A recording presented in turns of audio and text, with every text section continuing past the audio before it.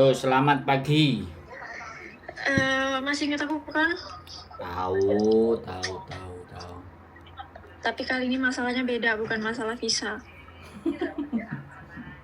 Masalah Eh, apa lagi? aku Hidup butuh kok banget masalah. urgent bantuan, sumpah. Bantuan. Iya, sampean dengerin ya. Hmm. Barangkali sampean bisa ngebantu.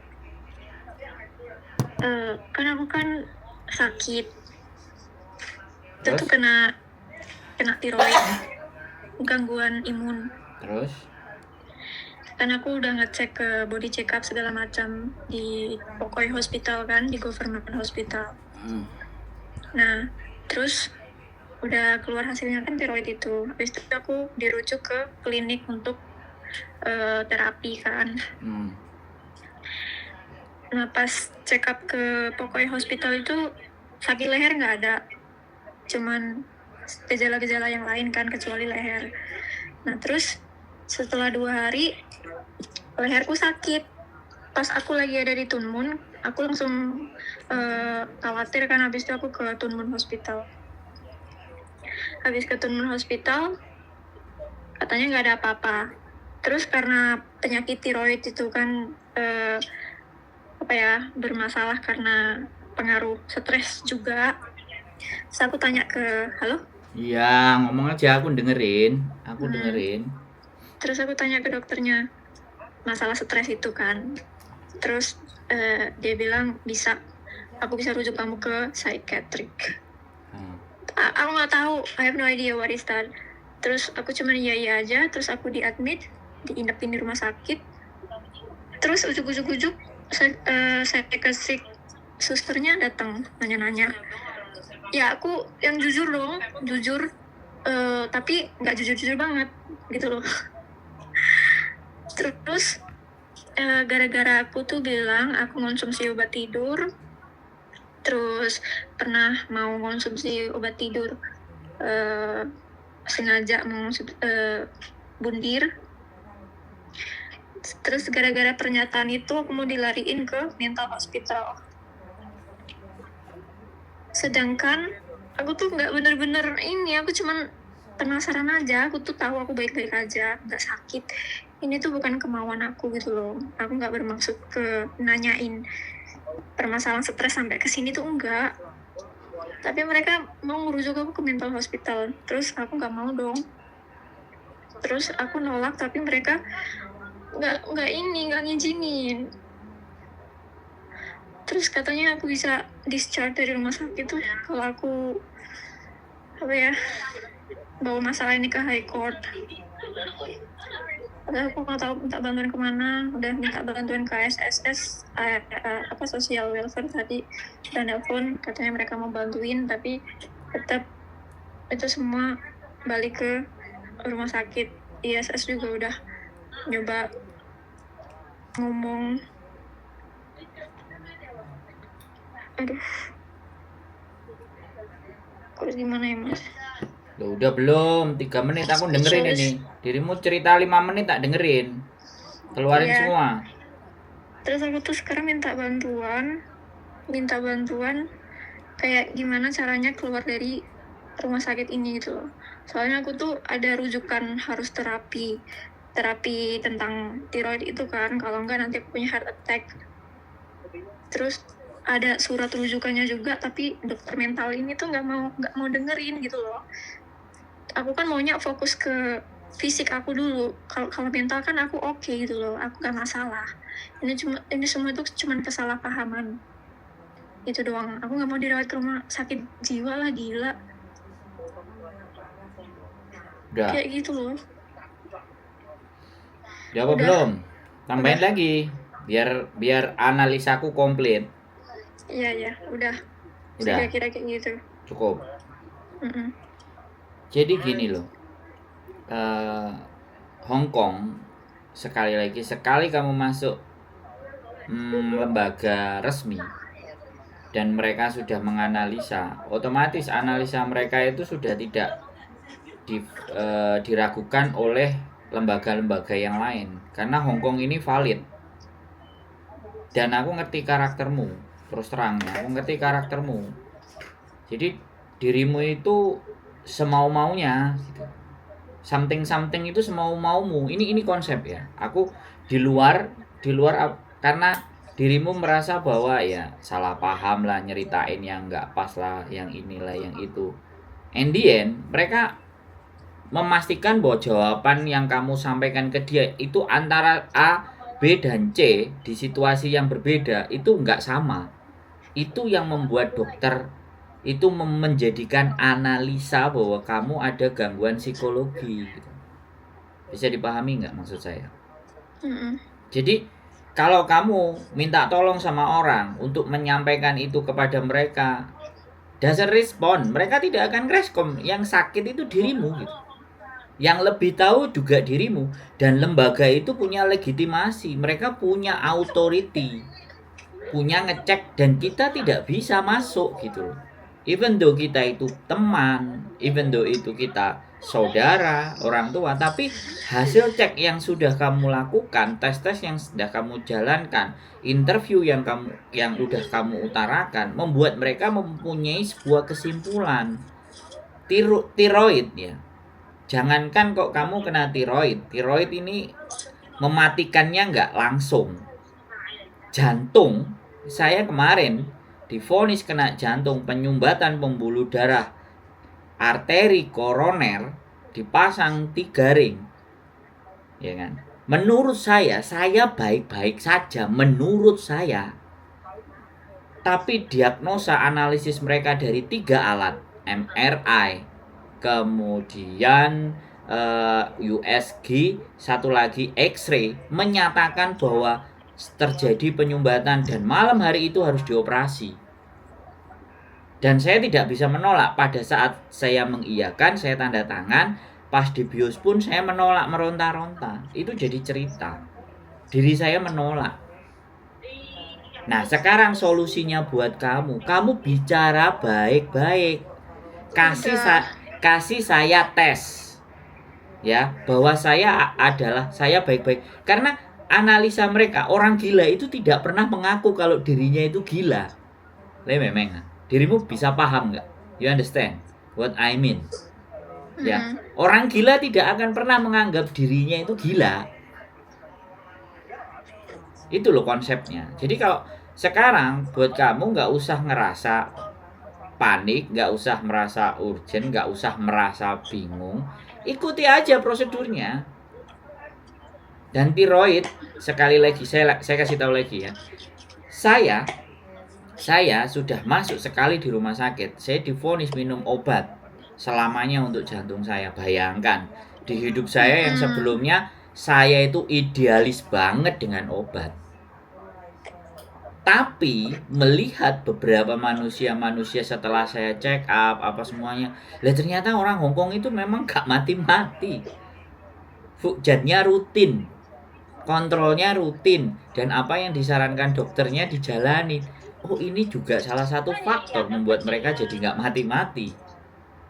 Nah, sekarang kebimbanganmu, keresahanmu, kegalauanmu, kepanikanmu karena dirimu merasa nggak gila, dianggap mereka gila untuk harus dirujuk ke psikiater, ya pelan-pelan ketika ada pertanyaan, belajarlah kamu jawab dengan baik dan benar. Layaknya orang yang waras. Kamu itu kalau ditanya, ya, kelihatan di mukamu itu kamu nggak fokus. Aku berapa kali kamu temuin kan, ya.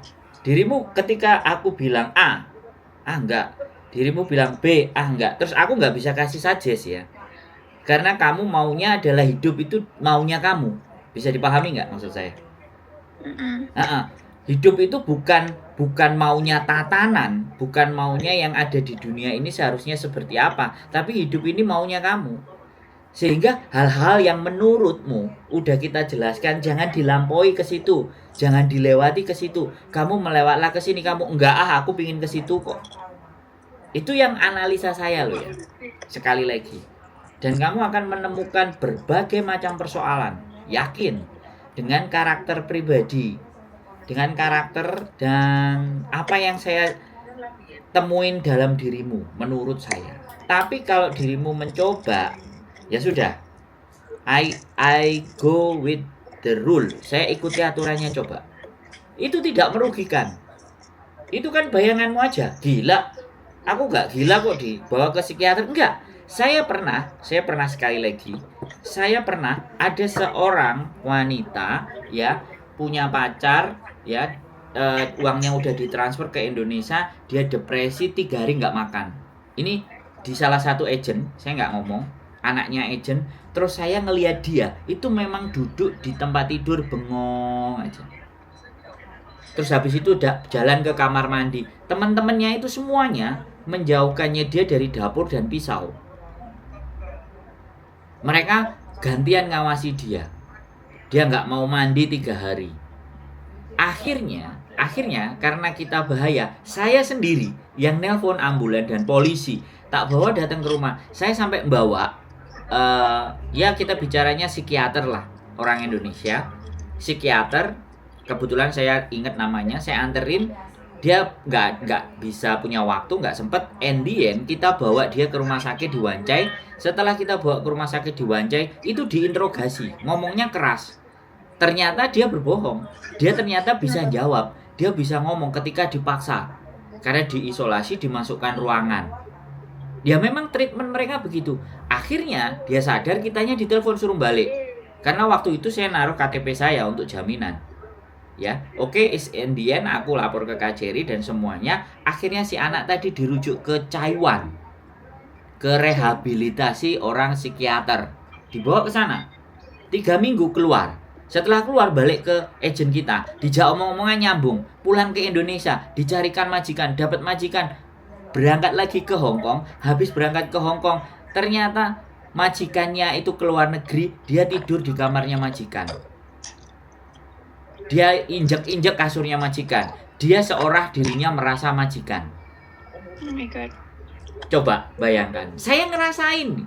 Dan itu pengalaman yang saya alami dan saya ngelihat sendiri. Dan saya nganterin dia naik ambulan. Saya nemenin di sebelahnya. Itu Taiwan rumah sakit apa? Rumah sakit, saya nggak tahu. Pokoknya dia rehabilitasi. Isinya orang-orang nggak jelas. Oh my god, I'm so scared. Nggak usah takut. Kamu tidak akan dirujuk ke sana. Kan kamu masih di terapi. Kamu masih di interview. Masih mau dilihat sejauh mana gangguan mentalmu itu. Makanya kalau dia ditanya apa, jawabannya jelas. Jawabanmu harus jawaban orang waras. Enggak mas, soalnya aku tuh udah dalam posisi warawiri mau apply pulang. Udah mau apply pulang loh aku. Panggilan imigrasi itu. Sekarang saya kasih tahu. Mau kamu pulang, mau apapun, kesehatanmu itu menjadi prioritas mereka, bukan dirimu pulangnya. Kesehatan itu prioritas dulu, Mbak Bro. Saya aja operasi yang darurat itu digratisin, Mbak Bro. Operasi yang kedua, ring dipasang yang kedua baru disuruh bayar. Dan saya nggak keluar sepeser pun uang. Dan itu sampai government hospital juga. Iya, pokoknya.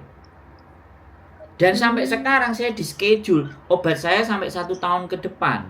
Dan kamu tahu nggak saya nebus obat itu berapa? $15.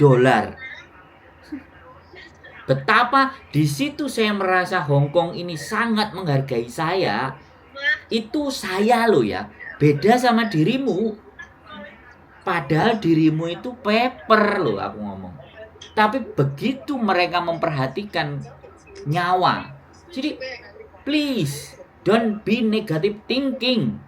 Guys, ikuti aja jalurnya. Kalau kamu panggilan di sana dan kamu mau pulang dan semua, ya ikuti jadwalnya, memang begitu. Ribet, iya, itu kan hidup yang kamu pilih, Mbak Bro. Come on. Kalau dirimu bercerita sama saya tidak akan mengikuti kata hatimu. Saya tidak akan mengiyakan apa yang kamu sampaikan. Tapi saya mencoba menggambarkan dunia itu seperti ini loh. Dan kamu harus menerima. Kalau kamu melawan, maka yang terjadi kesulitan-kesulitan itu datang akan silih berganti. Coba kamu rasakan. Saya membantu orang-orang ruwet ya, Mbak Bro. Gak cuma satu manusia, Mbak Bro. Bahkan diri saya sendiri sampai ruwet kena jantung. Tapi saya ingin menyampaikan kepada dirimu, come on, positive thinking, jalani, hadapi karena inilah yang kamu pilih. Kehidupan beginilah yang kamu pilih. Dan ada konsekuensi dan dampak. Jangan protes. Terima, accepted dulu. Terima dulu, oke. Aku tak jalani sana sini sana sini.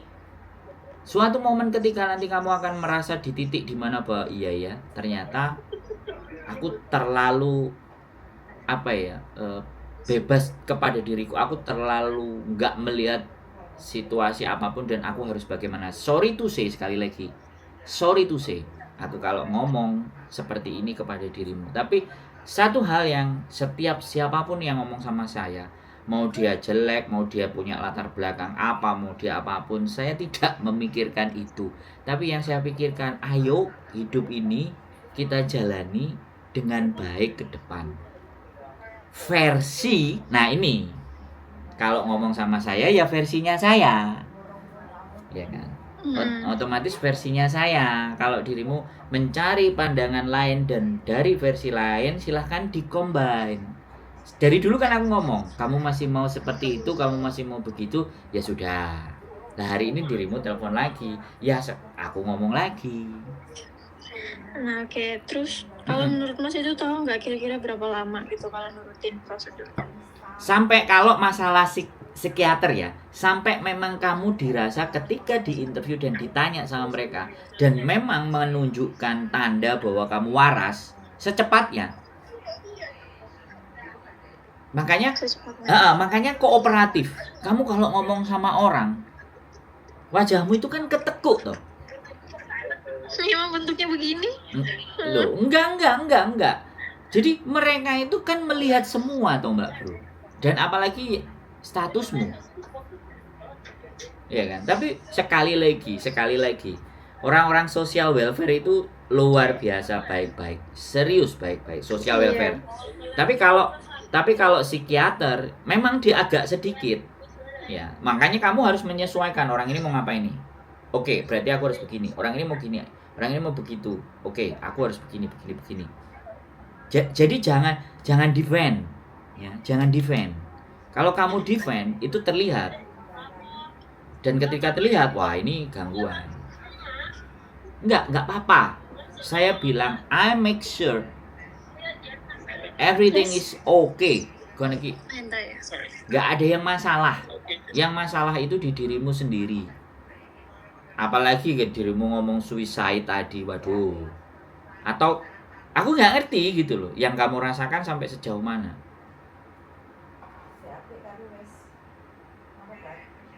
Oh, malah tambah mati. Oke ya teman-teman semuanya. Ya, kembali lagi ya teman-teman. Ya, sekali lagi. Kita itu pingin membicarakan hal yang baik. Ya.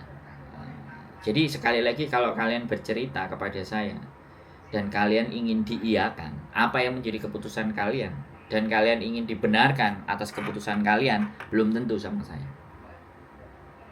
Ya, saya punya cara berpikir sendiri, sampean punya cara berpikir sendiri, ya. Jadi saya tidak bisa belajar mengikuti cara berpikir sampean semuanya ketika itu juga tidak sesuai dengan gaya dan cara berpikir saya. Tapi kembali lagi, ya hidup keputusan bukan di saya. Ya, saya hanya menerima Anda menelpon. Ya, sekali lagi, it's me. Ya, sampean tidak bisa merubah saya. Saya pun juga tidak bisa menyuruh Anda melakukan A, melakukan B, melakukan B. Yang hanya bisa saya lakukan adalah kalau kita melakukan seperti ini, sepengetahuan saya dampaknya begini. Kalau saya melakukan ini, kalau Anda melakukan ini, sepengetahuan saya dampaknya begini. Dan ketika Anda melakukan begitu, sepengetahuan saya dampaknya akan begono. Ya, jadi kayak gitu teman-teman semua. Lanjutin Mas, lanjutin. Ya. Aku suka kalau disamain tuh. Jadi ikuti alurnya, itu juga knowledge, dan ini sangat tidak merugikan dirimu. Serius saya manusia paling anti sama obat. Seumur hidup saya ngerasa jagoan, no medicine. Ya bojoku pusing apa semua, aku suruh parapek, badannya panas, mencret semua, minum obat, aku nggak pernah mau. Aku mau tidur, aku mau makan kenyang, aku makan sambal pedas. Nah kalau demam aku enak. And the end, yang nyerang saya gak main-main, heart attack. Ya, aku takut. Kalau orang Jawa bilang angin duduk, kamu pernah denger nggak orang cerita angin duduk? Mati endingnya. Iya, Saya tapi masih, Buli nggak pernah masuk angin sih. nah saya masih hidup, dan dari situ saya ngerasa dek, iya ya, oke, slow. Akhirnya saya merasa cooling down. Saya akan merasa yang dulu antipati sama obat, setiap hari saya harus minum obat 8 butir. Bayangkan, idealis banget, keras iya, susah diatur iya, kaku tapi begitu dikasih jantung, nah kamu mau apa kamu? Jadi Iya kan nggak boleh ini ya kalau jantung tuh. nah, makanya kan sekali lagi ya, ini contoh aja ya. Walaupun contoh ini kalau menurutmu ndak relevan, aku ngerti aku memahami karaktermu, walaupun ya sekali lagi bisa salah. Saya bilang analisa saya sangat bisa salah. Tapi kembali lagi kita belajar tadi, ketika masuk ke psikiater, masuk dirimu terapi tiroid, ikuti saja. Nanti kalau sambil jalan, sambil keputusan dari lembaga itu sudah ready, download udah beres semuanya, dan memang kamu diwajibkan kamu bawa surat, it's okay, pasti kamu dikasih jalan. Dan kamu pasti dititipin surat, nanti lanjutkan terapimu di sana begini dan begitu. Hongkong itu nggak se ekstrim yang kita bayangin, kawan. Saya setelah 10 tahun setelah saya merasa sakit dan masuk rumah sakit, pandangan saya kepada Hongkong sudah sangat berubah. Saya sangat berubah. Sebegininya ya negara ini. Saya ini siapa? Saya ini bukan siapa-siapa. Saya ini belgedes gitu. Saya orang di sini tuh cuma numpang hidup aja dan cari makan yang kayak begini, tapi mengapa sebegitunya mereka memberikan pelayanan. Saya benar-benar ngerasain orang-orang sosial welfare ini, wah, dia membantu sekali. Benar-benar memang isinya orang-orang yang penuh dengan kasih. Walaupun manajernya agak sedikit ekstrim, tapi saya membaca maksud bahwa kamu itu tak bantuin. Jadi kamu cari syarat yang tak minta, kamu itu tak bantuin. Dia bilang gitu. Kitanya karena dasar ngeyel kan kadang-kadang. Lah terus piye jelasinnya gini-gini, ya sudah. And the end, free, zero. Nah makanya ikuti aja dulu perkembangannya dan positivity ya, positif aja ya, jalani semuanya apa sambil itu experience dan pengalaman. Oh ya mas, kan ini kan aku sebelum nelpon sampean tadi kan ya, terus nelpon ISS dulu. Nah terus ISS kan mau bantuin aku discharge dari rumah sakit ini. Nah habis itu kan udah ngomong-ngomong, udah diskusi, terus dokternya nyamperin lagi, katanya ini nggak bisa meskipun ISS ambil tindakan juga, tapi kalau udah keputusan, dia bilang kalau kamu mau benar-benar mau discharge, kita harus pergi ke high court, dia bilang kayak gitu. Terus habis itu aku masih kekeh mau discharge kan, habis itu ya udahlah, gimana baiknya, aku bilang ya kalau mau di high courtin aja kayak gitu. Terus dia bilang semuanya tergantung ke high court, kalau high court ngizinin ya kamu bisa pergi, kalau enggak ya kita masih tindak lanjutin gitu. Terus kira-kira high court nyetujuin nggak ya?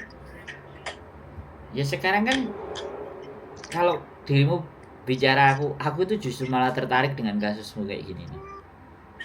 Jangan berbicara antara high court mensetujui ataupun tidak, tapi kamu ikuti aja, jalani ya. Artinya apa yang ditanyakan sama high court, jawablah dengan jujur, sejujur-jujurnya. Karena semakin kita berbohong, maka case itu panjang. Ini Hongkong, makanya Hongkong itu sebenarnya nggak kepingin urusannya itu panjang di high court, membosankan. Saya mendengar urusan persengketaan antara produk ya Indomie yang diekspor dan Indomie yang asli buat Indonesia itu berkasusnya sampai 4 tahun loh. 2 lembaga, dua pengusaha itu berkasusnya 4 tahun baru kelar. Gila kan? Makanya jujurlah apa yang ada yang kamu alami, make sure pastikan semua datanya, semua menurutmu memang itu benar yang kamu jalani, kamu alami, in the end biar proses persidangannya cepat. Kalau cepat kamu akan diputuskan, boleh pulang, bisa. Ya soalnya dokternya bilang udah di submit, terus ya udah aku nggak mau ngomong lagi, nggak mau panjang lebar. Ikutin aja. Dirimu tidak di Hongkong itu tidak disengsarakan. Tapi kita yang datang ke Hongkong itu menyengsarakan diri kita sendiri. That is the key. Itu kuncinya, Mbak Bro. Come on, wake up, guys. Ngopi-ngopi kita. Ya. Ayo. Ya. Pecah kepalamu, circle-mu itu masih nggak beres. Nggak punya circle. Ya main sini lah. Bisa main lah, sekarang terisolasi. Sudahlah, terserah. Jadi kembali lagi ya, sekali lagi ya. Ya, sekali lagi ya. Kita punya pikiran sendiri, dirimu punya pikiran sendiri, dirimu punya idealisme, semuanya kamu punya. Ya, satu hal. Ada sesuatu yang nggak bisa kita paksain di muka bumi ini. Dan dirimu mulailah belajar bahwa oh ya sudah, kalau memang alurnya dibawa ke sini, oke lah. Saya terima dulu, accepted dulu, jangan tidak diterima. Terima dulu. Aku yakin kok. Setahun 2 tahun kamu selesaikan nih kasus. Kamu dapat pelajaran yang luar biasa. Tinggal kamu mau mengulanginya lagi enggak. Kalau kamu enggak, kamu semakin waspada, kamu semakin dewasa, kamu akan menemukan jalanmu yang pas. Aku yakin orang-orang seperti dirimu itu enggak cuma satu. Saya juga kemarin menikahkan orang yang kasusnya seperti dirimu, ketakutan sekali mau disuruh pulang.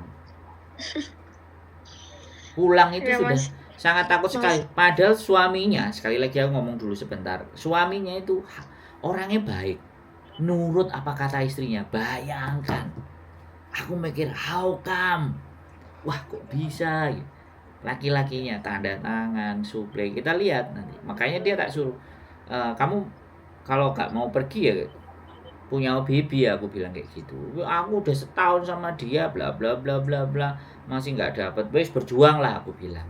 Gimana caranya?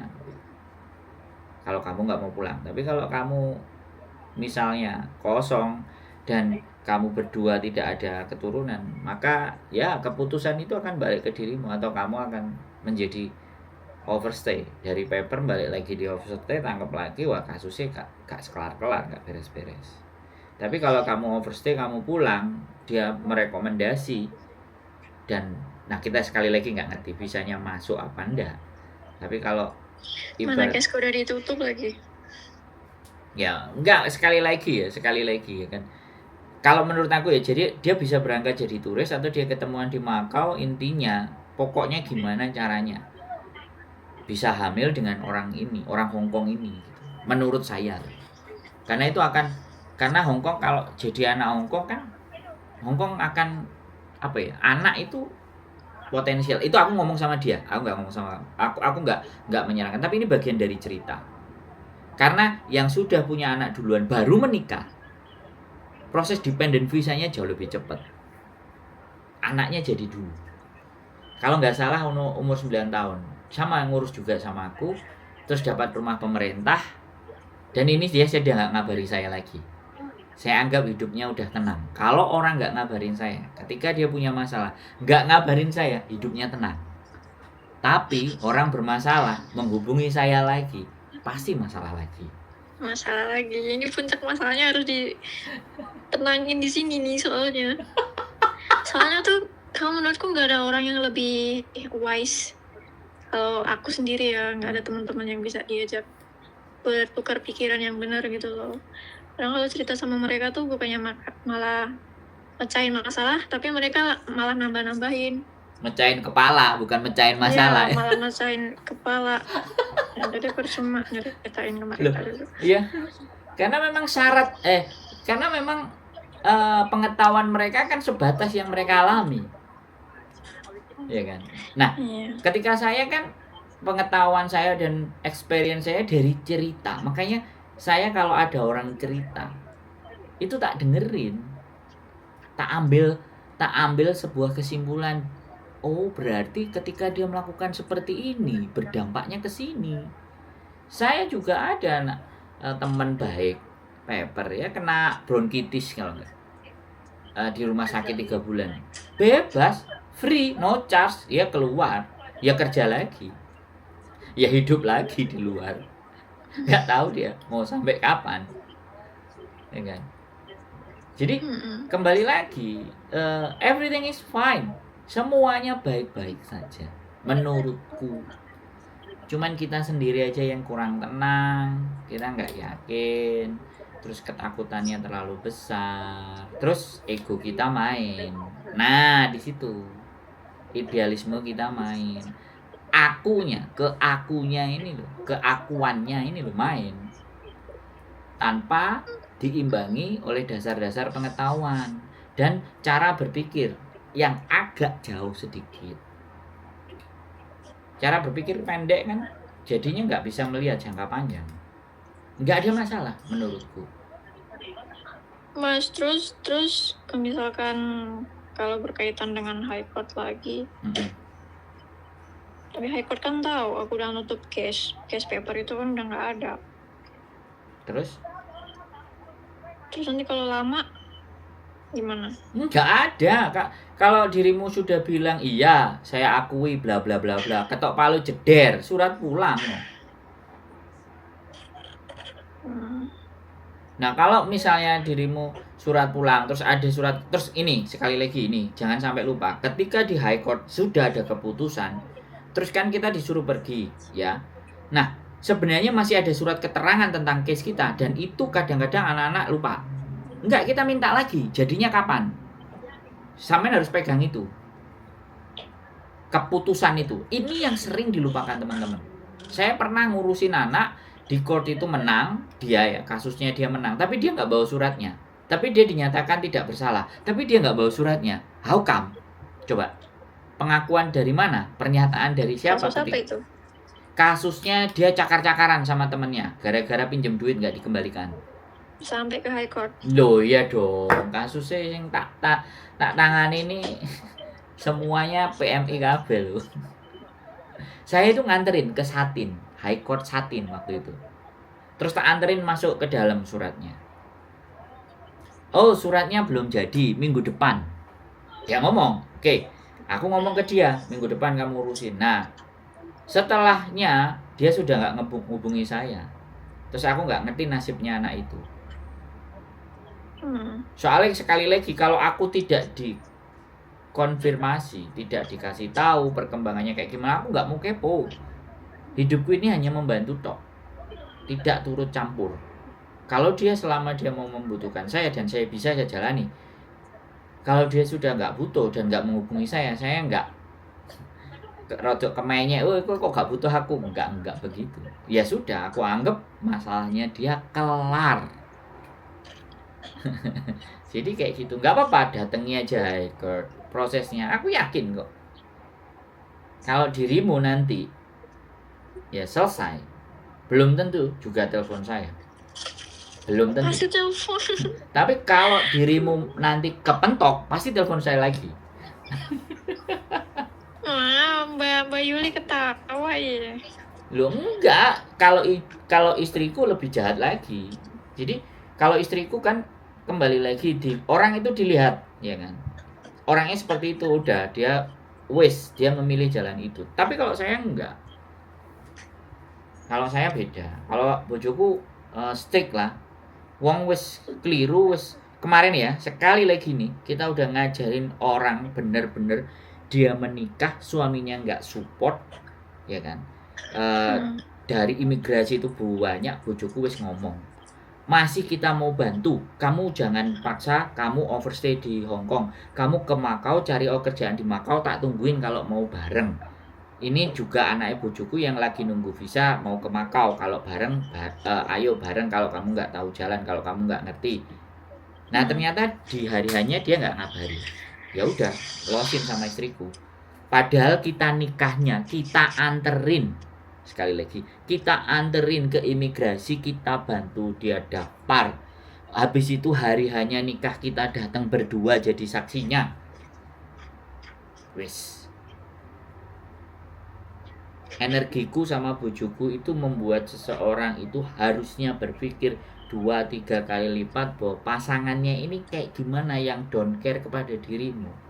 Dan kamu sebagai wanita harus kayak gimana. Tapi ya sudah, ketika tak tanya bojoku, dia nggak WA, nggak, paling ya OS. Dia sudah 2